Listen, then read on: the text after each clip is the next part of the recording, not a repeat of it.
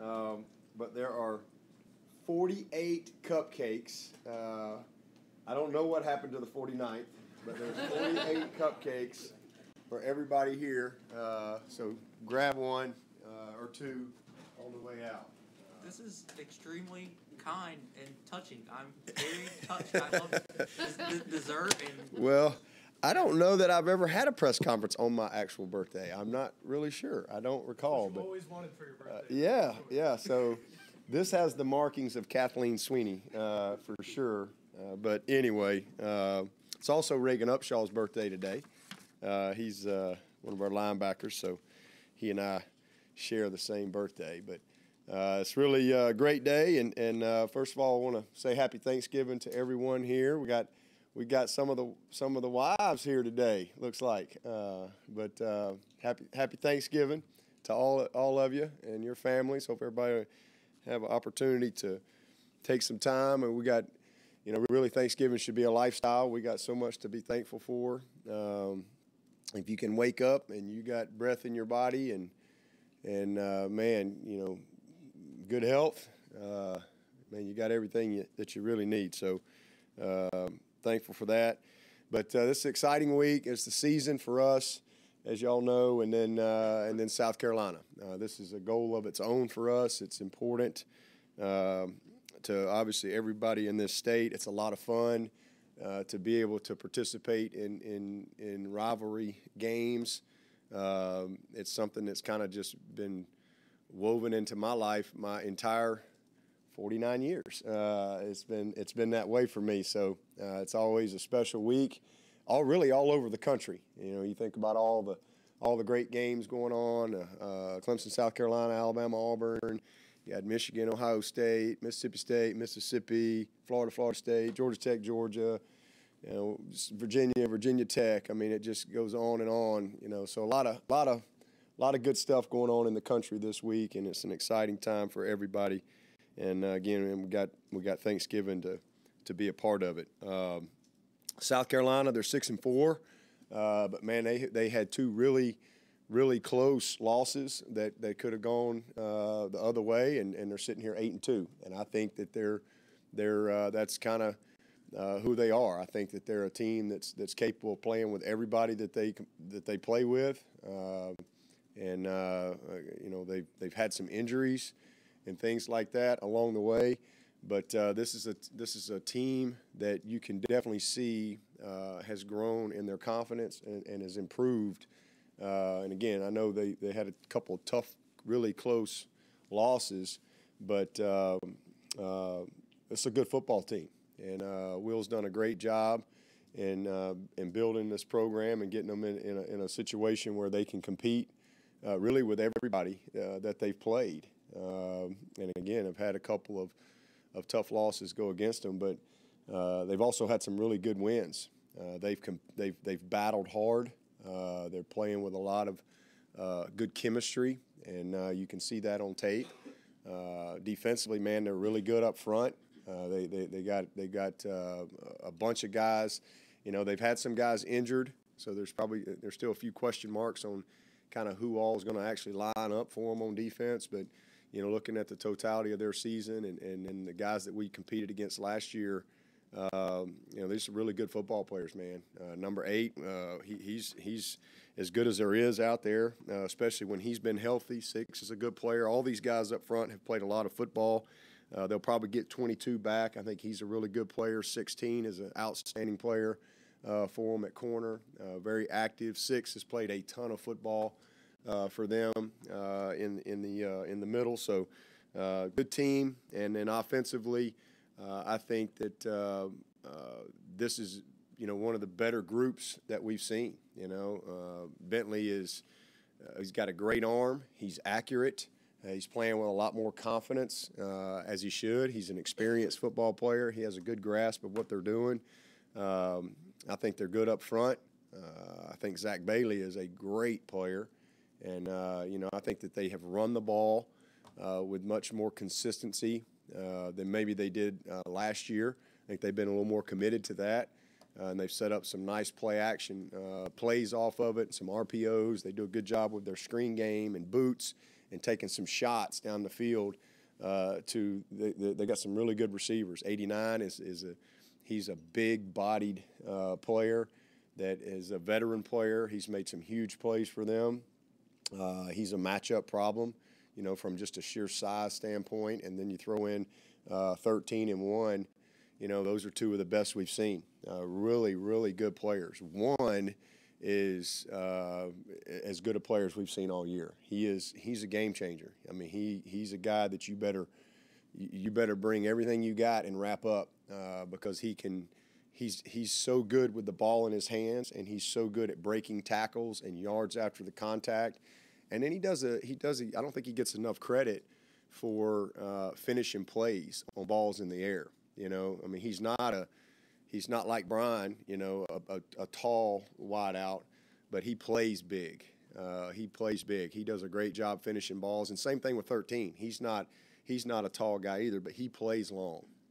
Good ball skills. He's a matchup problem in the slot. They've played 4 backs, really all year. And I think all those guys have done a nice job. AJ is a veteran guy for him, been around. Dowdle, I'm assuming, will be back for him. I think he's a heck of a player. 34 is a sledgehammer for him. But everything's going to go through this quarterback and this offensive line. And again, I think that they've done a nice job, from a scheme standpoint in how they have created angles in the run game. They've done a good job with their empty package and formation into the boundary and trying to create some, like I said, opportunistic opportunities to run the football. And so good matchup. This will be a heck of a matchup Saturday night. We're excited about it. Special teams is something that could be a huge factor in this game, especially with their returners. But again, this is what it's all about. This is a one-game season for us, and I know it's important to both sides. And for us, our focus is on just trying to finish and play our very best 4 quarters of the season. So with that, I'll take your questions. Coach, other than having Dabo healthy this year, do you think the biggest difference for them offensively is their tempo, and how much do you think playing Wake Forest and Syracuse will help in that regard? Yeah, I mean, we've seen a lot of tempo teams, and we're a tempo team, but I think Bryan, their offensive coordinator, has done a great job for them. I mean, he really has. He's a heck of a coach, and you can see his influence is in their style of play and the confidence that they're playing with, and just, again, some of their formationing and some of the things that they're doing in the run game. But, definitely the addition of 1 and 13. 13 didn't play last year either, I don't believe. And you got those two guys, you get better in a hurry. They're 2 really good football players that they didn't have. And they're just more confident. And, again, I think the consistency and the continuity throughout the whole season has really helped them. And then Bentley's he's a really good football player.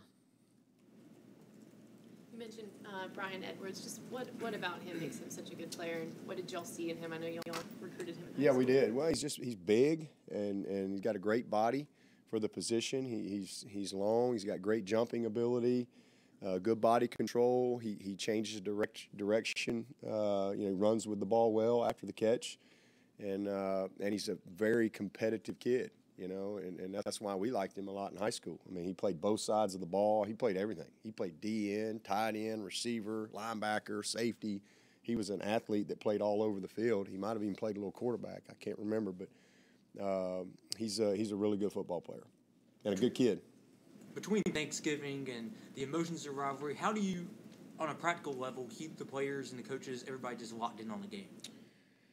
Well, we have a plan, a preparation plan in place that we believe in, and that really doesn't change much. The biggest change in this week is obviously this is a game that's a little more personal because you kind of live with it, in your community every single day, everywhere you go.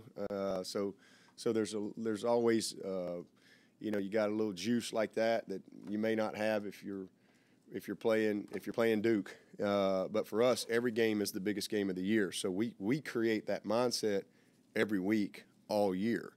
Our preparation doesn't change, whether we're playing Furman to open the season or South Carolina to end the season. Our preparation doesn't change. And I think that's the biggest thing is it creates continuity and belief in what you do. We don't, all right, we got to practice longer this week, or, we don't, that's, to me, that sends the wrong message. You put your best in every week. The best you got every single week is for us, a championship game. That's what we try to create in our mindset. So the preparation there's zero difference, with the exception of we do have Thanksgiving. So they're out of school, Wednesday and Thursday and Friday. So that's different. And so you have to manage that. And so we've got a Thanksgiving plan that we've always kind of had in place that we believe in. It allows us to, as coaches and as a team, to get our preparation in the way we need to, but also be able to take the time and give our players the time to celebrate Thanksgiving. So we do that. It's just kind of a part of our week. That's the only difference in the week. But as far as the emotion of the week and all that, emotion don't win. Execution wins. Most fired up team ain't gonna win the game. It's the team that takes care of the ball and does a good job on third down and makes a difference in special teams and wins in the red zone and can run the ball, can stop the run, can block and tackle. That's who wins. You've been a part of two great rivalries now, and you mentioned so many across the country. Are they all? Do you consider them all kind of pretty much the same as far as intensity and all that goes into it, or is there maybe a little bit of a unique one to each? Does this kind of compare and contrast to the Alabama-Auburn one? Well, it's hard for me to. It's hard for me to speak on a bunch of these others because I haven't been a part of them. But I find it hard to believe that there's any rivalries any better than the two that I've been a part of. And for me, as I've said many times, I had 13. I was a part of, as a player and a coach, 13 Alabama-Auburn games. So I've been there, done that, and then obviously grew up in the state as a fan and have experienced that side of it. And then this is my 16th Clemson, South Carolina game. So I've done it a lot, and the similarities between those two rivalries, there ain't no difference to me. It's because I think our states are so similar. There's no pro sports. It's high school football. It's college football. People are passionate about it. I think demographics are similar, and you got to be one or the other. And it's kind of what people talk about all the time. Some form or fashion, and so I think from a passion standpoint, an intensity that kind of consumes the state and then kind of carries over into the off season. I think that there's nothing better than these two rivalries that I've been a part of. I think they're very much the same. The biggest difference is we're not in the same conference. That's the biggest difference. When I was at Alabama, obviously, you're not only in the same conference, same division. But that's really the only layer that we don't have, is we're not competing for a conference in addition to everything else that we're talking about. Yeah, Wilkins was announced for several awards the other day. What's it like in coaching him throughout his career? It's been amazing. He's very deserving of all the awards that he's being recognized for. He's a Nagurski finalist. I think he's a Outland finalist now, and the one I'm most excited about is the Campbell Award. To me, the Campbell Award that's the Heisman for a football player, because it's a student athlete. It's the epitome, and so I've been to that banquet so many years. In every December up there in New York, and I've always said, man, one of these days, God, I hope we can have a player on that stage. So I'm so excited about that award, because it's not just football, and so that's exactly who he is. It's been amazing to watch him for 4 years. He's my first two-time curtain call guy ever as a senior. He's a 2.5-year graduate who came back to college, who just plays relentless every single snap. He is so much fun to watch play, to grade. He loves to be coached. He loves to be coached. He loves to be challenged. He's an unbelievable leader, and just likes it. I mean, he likes practice. He just is one of those guys that truly lives in the moment each and every day. And I just think he's such a breath of fresh air when you're dealing with young people and just what he brings every single day. I was as a player, but just his commitment, his details, his preparation, his leadership, his encouragement to his teammates, his challenge to his teammates, all of it across the board. I mean, he's definitely one of the most unique young people I've ever had the privilege to be around. Did you learn anything about Red Pro last night? Yeah, he's doing good. Nothing's changed. Just going to be day to day, and hoping for the best. Yeah, well, going back to your inaugural season, your interim season, and you played South Carolina. That game kind of endeared you to the fans here. What did you learn that year about this rivalry? You'd been on the staff prior to that, but what that game, what did it tell you about this rivalry? Not much, because, like I said, I had already been a part of I guess that was my sixth game. I think that was my sixth game. So really nothing different. I had lived in those first five, and I knew how important it was, living in the community, being a part, going out on the road recruiting. People have no idea who you are, and they judge you instantly because you got a logo on your shirt. That's just that's the way it was in Alabama, and that's the way it is here. And so I had kind of lived that in this state. So I knew. I mean, there was really anything different that I learned about the rivalry that game. That game was just, probably the reason I got the job. Maybe I would have still got a shot, but I think after that was definitely, the final piece to say, okay, hey, let's give him an opportunity, see what he can do. Coach, much has been made about potentiality of winning 5 in a row against South Carolina. You are 5-5 against the Gamecocks. How much would it mean to you to have a winning record against those guys? Well, it's important, I mean, that's something that I think we've done a good job with all of our goals, and but we still got some work to do there, and I just want to win every year. Every year is important. Every year is a season of its own. It stands alone, and the biggest thing we wanted to do was obviously to become more consistent in achieving this goal, and so we've done that. But we got off to a slow start, and hopefully we can continue to have good consistency in this rivalry. But I want to win, not for me. I want to win for our team. I want to win for our fans, and I want to be one of the few 12-0 teams in college football. There's not many 12-0 teams at any program historically. So this is a be a great achievement for this group. It's not about me. Does it have a noticeable impact on recruiting, especially in-state recruits when it comes to when you go and see them? Yeah, not really. Also, it's not that big of a deal. Not really, because we occasionally there's a guy or two that we recruit against, and it was that way when I was in Alabama. It's just really. First of all, the programs are very different, just from a sheer, geography, location, the whole deal. And most kids that have grown up in this state, they're usually one or the other. Sometimes, a guy may transition one way, but it's usually not the case. And so we don't really recruit a lot against each other.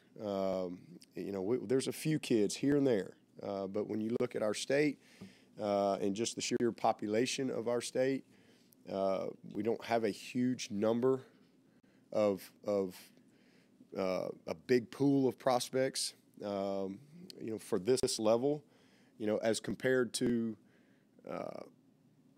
Georgia, Florida, Louisiana, Texas, some of the states like that. I mean, Atlanta has more people than pretty much our whole state. So, just population-wise, our pool is not big for either school. And then you throw in academics, and the requirements there, character, your need. You have to fill your need, and you might have a great player, but you don't have a need for that position. I mean, there's a lot of dynamics, and so when it all comes down to it, there's usually not many guys. And then it's, well, this kid's grown up Clemson, or this kid's grown up South Carolina. So it's really more the exception that we have a lot of heated in-state recruiting battles. Most of the kids that if we do recruit against are usually out-of-state kids, but even then, I think we're just so different. If a kid really likes Columbia, well, Clemson is a whole different setting. If a kid really likes Clemson and the setting of Clemson and Columbia is very different. So I think that that kind of, changes that dynamic. You would think that we would spend a lot of time recruiting against each other, but we really don't. Has enough time passed since that 5-game losing streak to dim your memory, or do you still lament those defeats? Yeah, I'm feeling lugubrious today. I'm still lugubrious. Thanks for asking. I'm still lamenting that. Where is that guy? Is he in here? Is he here? Anyway, yeah, I got some good laughs out of that. No, I'm still very lugubrious. It's not happy. That was a tough stretch for sure, and hopefully, listen, at some point they're going to beat us again. This is life. This is football. Hopefully not in my lifetime. That'd be great. Hopefully not this year, and hopefully not the next many years. But chances are eventually they're going to win a game. And I think for me, I just want to make sure that we can keep our program consistent and continue to have a good program and year in and year out have a chance to compete consistently in this championship, but also our league and beyond. You mentioned you were go out and get judged by the logo you wore. You saw the back and forth of the fans in the Auburn-Alabama series. You've seen it in this. Have you kind of now take it in stride? Brent mentioned yesterday that he's surprised, like in Little League games, you'd be taking flack from fans. Oh yeah. Have you just have you kind of embedded in the whole thing? Yeah, I mean, like I said, I've grown up with that. So. Yeah, I get it. It is surprising sometimes that parents allow their kids to speak to adults sometimes, but I just keep on moving. That's just kind of everybody's got a parent the way I guess they what's acceptable to some parents is not acceptable to other parents, and I used to always. Take pictures with. Yeah, I take pictures with anybody. I don't really care. I mean, Gamecock fans. I don't have any ill will toward anybody. At the end of the day, we're all on the same team, or we should be. In a bigger picture. But sometimes, people coming up and I think taking pictures and trying to five-bomb you, and parents having fun with that, and I would never allow my kids to do that. And I think that's probably what he's talking about, but. Hey, that's me. Everybody's got to parent the way they want to parent. But as far as the normal, you stink and go Gamecocks and roll Tide and all that. I mean, that's good fun. That goes both ways. Is there extra juice this week, knowing that in 2013 that off season was full of 5 bombs, and now it's you have a chance to win 5 in a row? No, you won't see me doing any 5 bombs or any of that stuff. If we were to win, I'll just be happy that we won the game. I'm all about what's in front of us and what's after that. What would it mean to you and the team to wrap up a regular season perfect at home this year? Yeah, I mean that's more what I think is it's great to beat our rival. And, all right, yeah, you beat them 5 times in a row. Well, great. Nobody's going to care next year. It's you don't get to carry over any of the plays. You got to prove it every year. To me, that's a huge deal. I mean, there's been 2 12-0 teams in the history of our school. 81 and 15. Was it 15? Isn't that right? 48 was 11-0, right? So I mean, even you can go to any school. How many 12-0 teams have there been at any program? I mean, there's probably just a handful. I mean, that's hard. That's really hard to do. You know, it's very hard. Just look around college football. There's what, 3 or 4 undefeated teams, and I mean, it's just hard to win week in and week out. And I have such great respect for this team, and how we've played. You know, from a totality standpoint, in these previous 11 games, I mean, they just have had this incredible will to win. They've had this incredible will to prepare week in and week out. So that would be an unbelievable accomplishment in this day and age, to be able to go 12-0. You look around college football and all the parity, and I mean, anybody can beat anybody on any given week, and to have that type of consistency. And I think you were telling me we've played more teams. It's not like we've played, you know, the Village Idiot University. I mean, we've played the most teams in the country that have 7 or more wins. I think we played 7 of those teams. Is that what you said? 7 teams, and I think maybe the next team out there in the country's played 4 or 5. So that's impressive, and you know, offensively, these guys have been consistent. We've scored 27 points or more every game, 11 games in a row, first time in school history. And then defensively, you know, these guys have been stingy, man. So I'm just really proud of our team, and so I would love more than anything to see them be able to finish and to be able to be one of those 12-0 teams that's rare in college football. Coach Hood. I don't know if you caught any of Monday Night Football last night between the Rams and the Chiefs, or if you've seen those teams play at all this season, but when you see the college concepts working so successfully in the NFL, was a little bit of like, I told you so, or are you surprised to see that? I'm not surprised, and it's kind of what I saw coming, you know, 8 years ago, 10 years ago. It's exactly what happened for us. I mean, the pool changed, and, you know, people used to always come in here. I remember when I first got the job, it was like, well, you're never going to be good on defense running this offense. You know, that was, and I remember I'm like, well, I don't think we have enough data to make that statement. You know, that sounds good from all the old school football people that make these comments, but I don't think we have enough data. I think we just kind of wait and see.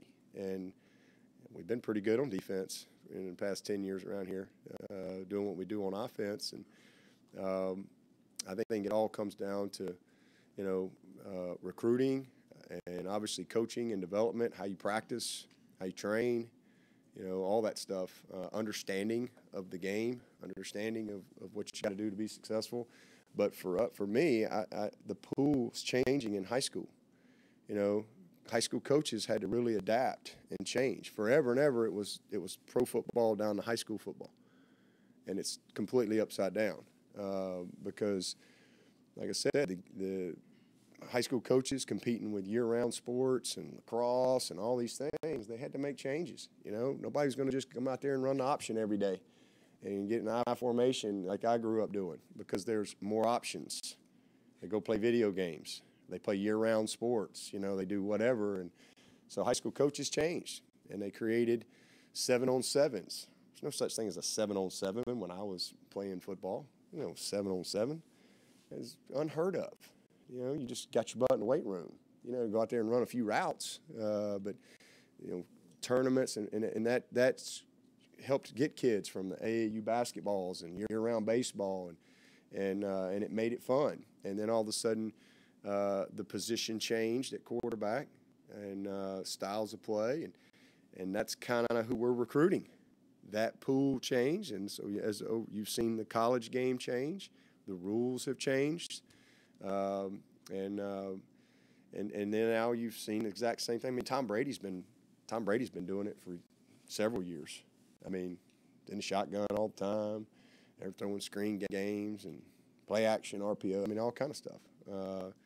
So no, I'm not surprised at all. I'm surprised that there's no defense, but I think that's just, you know, some of the rules, and then the defensive side not quite catching up yet, but it will. I mean, eventually they'll tighten up on that level too, and have a different understanding of what's going on. I just think it's kind of newer for that level. It's kind of the norm in college football, so it's interesting to see the kind of the transition. You know, some of these guys that so-called aren't prepared for the pro game and all that baloney that is so laughable. I used to laugh at that stuff. You know, like they're going to run different routes. They don't run different routes. They run the same routes. You know, but it's just that's why you're seeing these guys go be successful, because the good coaches are taking advantage of the skill sets that these guys have. Yeah, but when you communicate with Spurrier now, do y'all just sort of laugh at a lot of the stats that y'all had that had everybody in a tizzy back then? Yeah. Oh yeah. Yeah. In fact, he called me. He called me a couple weeks ago after one that beat Boston. He called me and just congratulating me, left me a nice message, and yeah, we and then this is kind of the time where I'll be with him. I usually am around him in the December, January time. I'll be with him 2 or 3 different times, and you know, we'll cut up, have some fun. We had a couple events last year, and you know, he messed up and let me have the mic last. He had it first twice. So yeah, we go back and forth, man. I'm glad Coach Spurrier's back in coaching, and I'm really excited. I'm excited about this new league, first of all, and the opportunity that it's going to create for so many good football players to have a chance to go, you know, make a living playing. And I think it's going to be a ton of fun, man. Hadn't really been a lot said about it as of right now. I guess they're just kind of waiting to make a push in January, but I think it's going to be awesome, and he'll be fun to watch. So he's excited about it, but definitely glad he's going to be back on the sideline. You were with Coach Spurrier. You were his guest at the College Football Hall of Fame dinner last December. What was that like for you? Well, I was surrounded by Gators and Gamecocks, so it was. I got a lot of looks when I walked in there, but it was great. Everybody was very gracious, and you know, he had a couple jokes, and we had some fun, and it was an unbelievable event. They had it at a really cool spot somewhere down by the river. I don't know if it was like an event center or something, but it was great. You know, met a lot of neat people, and got to meet a lot of his Duke. That Duke team, some of the Duke was there too, a lot of those folks. So it's pretty cool to be a part of it and be invited, and you know, a lot of fun. Yeah, but having gone through a losing streak in this series, and now you're on the winning side, but can you go back to what it was like for your players, the frustration of going through that, and how much they wanted to end it, and then kind of relate that to what South Carolina might be going through? Yeah. You got to play well, and you know, if you go back and you look at the 5-game losing streak, I think we had 15 turnovers to their 3, and and they were really good. You know, it's not like they were a terrible team, and we were really good. You know, there was 2 of I thought 2 of those years they were just flat out better than us, and we might have had a chance. But like I said, we had 15 turnovers to 3. I believe that's the actual number in that 5-game deal. And that's, you know, even Coach Spurrier, he called me after one. I'm like, yeah, I don't know why y'all just turn that ball over every time y'all play us. I don't know, you know. And I'm like, heck, I don't know either. And he's like, yeah, boy, we're in trouble. Y'all just turn that ball over. And yeah, so, and I'm like, I don't know either, you know. But because the teams played hard, and again, I thought 3 of the years we were definitely as good, if not a little better, but we didn't do what we needed to do to win. We competed. I thought we had good plans and all that stuff. We just, man, we had some tough breaks. And when the teams are pretty even, like they were, you know, you can't overcome some of those mistakes. And I think the one year down there, I think we had 5 turnovers in that one game. And even with all that, we still had a chance. I remember Adam Humphries was taking a return across the 50, and son of a gun, he don't fumble the ball. And then with Taj is going in, and he fumbles the ball. It was like we just had some tough breaks, but you got to give them some credit. I mean, they made plays, and they knocked them loose. And so it was pretty close. But, you know, the biggest thing is you just got to keep playing. You know, you can't you can't allow this game to define your program, even though the fans want to do that. I think as a coach, you have to look at the totality of your season. You know, and you're going to live with it, but are you making improvement?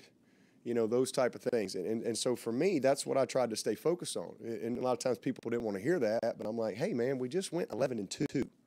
All right, we lost the game. We're not happy about that, but how about the progress we're making as a program? And if we continue to do these things, then, hey, you know what? We'll get back and we'll make this more consistent and competitive. And so you can't let that game define you as a coach, and you can't let it define your team. You know, here's the reality. Don't listen to all the stuff and what everybody's opinions are, and the world is coming to an end, and you know, this and that. Don't just try not to do that and say, here's the truth, here's the reality, here's what we have to do, and you just go to work at that. And so, you know, South Carolina is getting better. Will's doing a good job. I mean, they've recruited some really good players in there, and I think they're continuing to do that. So, you know, I don't have any doubt that this will be a very hard-fought game Saturday night. We're going to have to play well. I mean, they've got good backs, good receivers, good offensive line, good quarterback, good defensive line. They've been banged up, so we'll see who all comes back on the back end. But 16 is a really good player, 22. They've got a couple young guys, probably Horn's coming back. I think he's a very talented player. Like I said, 6 has played a ton of football. You know, 8 was an all-conference player, you know, last year. So I think they've done a nice job, and you just got to, you know, I think you just worry about your program, worry about, you know, what your reality is, and don't let one game derail you, good or bad. You know, I mean, a lot of people, I used to have people tell me, if you went 1-11, we'll be happy. No, you won't. You'd be firing me right out of the gate. You know, you ain't going 1-11. You know, everybody say 11-2 and you lost to South Carolina and people are miserable. Well, I think that's terrible. Personally, yeah, it stinks that you lost the game, but man, let's see a bigger picture and just keep working and don't panic. But you know, that's easier said than done in the world that we live in. You touched on, you know, you may have a player that fits the character, fits the academics, fits what you're looking for, but you don't have a need for. How do you balance? You know, we've got a player that we really want, but we don't have a need for him. How much give and take leeway is there on each side with regards to that balancing act? Well, I mean, I think you have to have discipline from a roster management standpoint, because if you don't, I mean, Brent would sign, you know, 52 defensive players if I'd let him. You know, so as the player personnel, GM, head coach, all those things, I have to manage our roster, and I can't. You know, I got to make sure that you can't be afraid to let a good player go. I mean, that's why, you know, that's why I hold my coaches accountable. You better be right. You know, because we're not going to oversign and then figure out who we like and run them off and all that stuff. You know, don't ever complain about your players. You recruit them. So you better be right. Because when they come here, it's still graduation do we part. I mean, we're going to develop our guys. If they're not good enough, that's our fault. You know, if he's a good kid and he works hard and does what he's supposed to do, he's maybe not quite good as we thought he'd be, that's on us. Let's help him be the best that he can be. That's just our philosophy. So that's the way we do it. So, I mean, you're going to take 3 receivers, for example, all right? And we've got 3 committed that we love. And, man, we could sign a lot more than 3 receivers around here. Trust me. And I got 2 other great ones.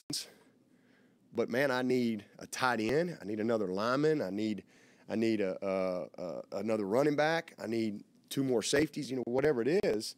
Well, I can't just keep going and signing wideouts just because I got another great player that wants to come and another great player wants to come. You can't do that, because then you get totally out of whack. You know, so we have I have a number at every position. I manage the roster, and, you know, we stick to it.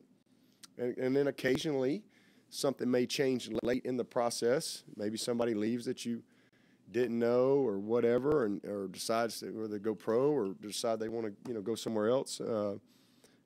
whatever, somebody gets hurt, can't play anymore, well, then you might have a situation late where you say, okay, well, let's just take the best player, and because you feel good about where you are, and then you balance it. So, that's why, because you have to meet your needs at every position. So you might have 5 great wideouts in this state that could play for anybody in the country, but you got everybody back on your roster and you only got 2 seniors. And maybe all 5 want to come. Well, I wouldn't take all 5.